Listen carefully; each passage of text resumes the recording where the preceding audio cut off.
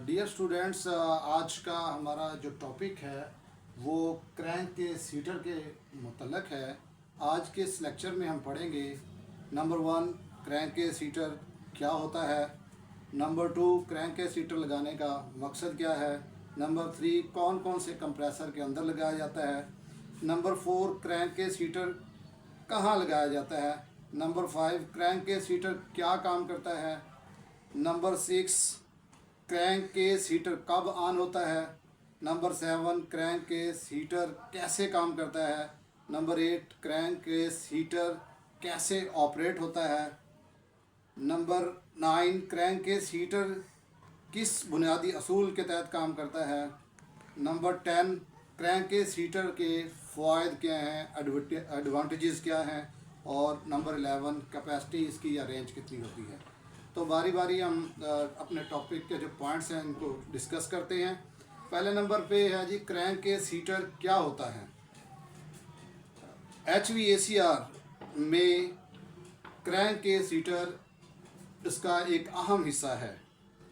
ये एक हिफाजती हीटर है जो कंप्रेसर के ऑयल को गर्म रखकर कंप्रेसर को ख़राब होने से बचाता है। नंबर 2 क्रैंक केस हीटर लगाने का मकसद क्या है। क्रैंक केस हीटर लगाने का मकसद कंप्रेसर को लिक्विड रेफ्रिजरेंट डैमेज से बचाना होता है। नंबर 3 कौन कौन से कंप्रेसर्स के अंदर लगाया जाता है। ये बड़े और इंडस्ट्रियल कंप्रेसर जैसा कि reciprocating compressor, सिक्रू compressor, scroll compressor और सेंट्रीफ्यूगल कंप्रेसर्स के अंदर लगाया जाता है।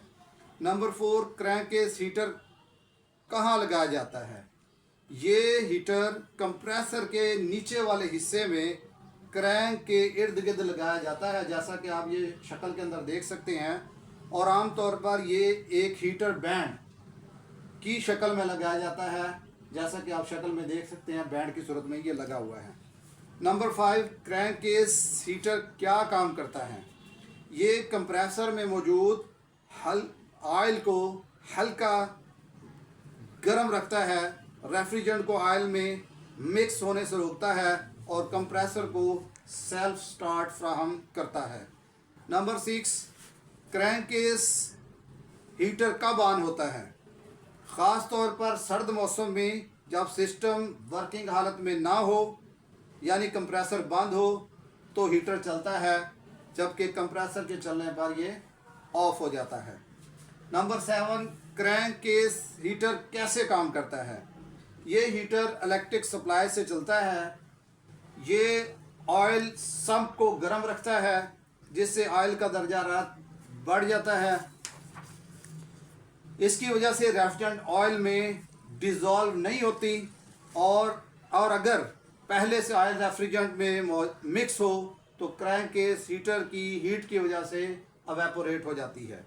नंबर 8 क्रैंक केस हीटर के कैसे ऑपरेट होता है।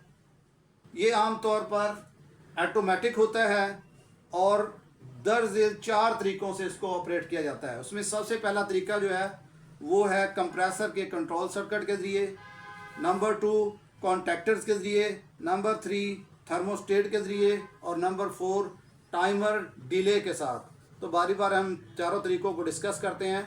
पहला तरीका है हमारा कंप्रेसर के कंट्रोल सर्किट के साथ। इस तरीके में जब कंप्रेसर ऑफ होता है तो हीटर खुद ब खुद ऑन हो जाता है और जब कंप्रेसर ऑन होता है तो हीटर खुद ब खुद ऑफ हो जाता है।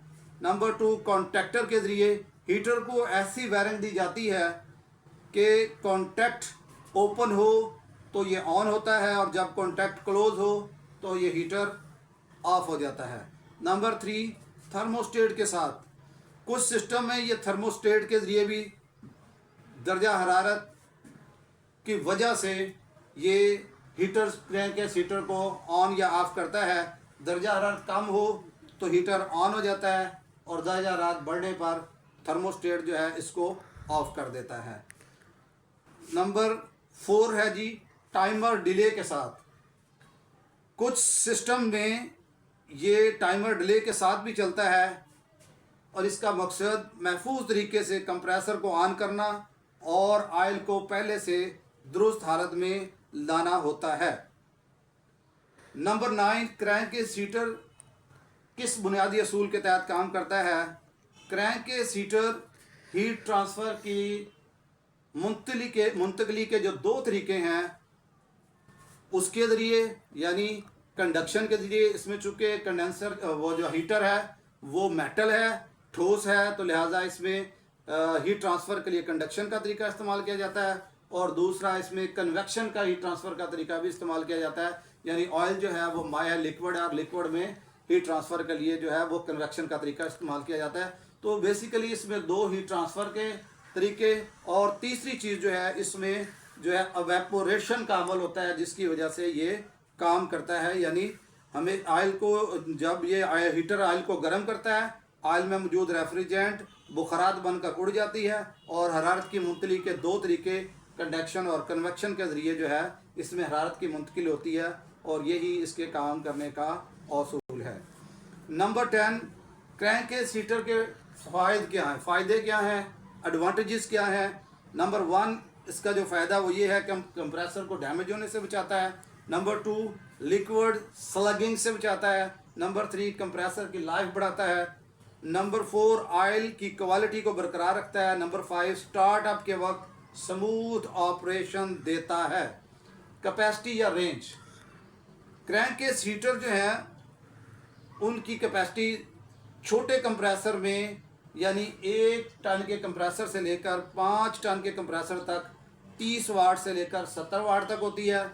दरमियाने कंप्रेसर्स में यानी 5 टन से लेकर 20 टन तक 70 वाट से 150 वाट तक जो है ये हीटर जो है इस्तेमाल होता है। और बड़े कंप्रेसर्स में यानी 20 टन से ज़्यादा ये इसकी कैपेसिटी 150 वाट से 300 वाट तक होती है। तो डियर स्टूडेंट, ये था हमारा आज का topic. Thank you so much, so nice of you.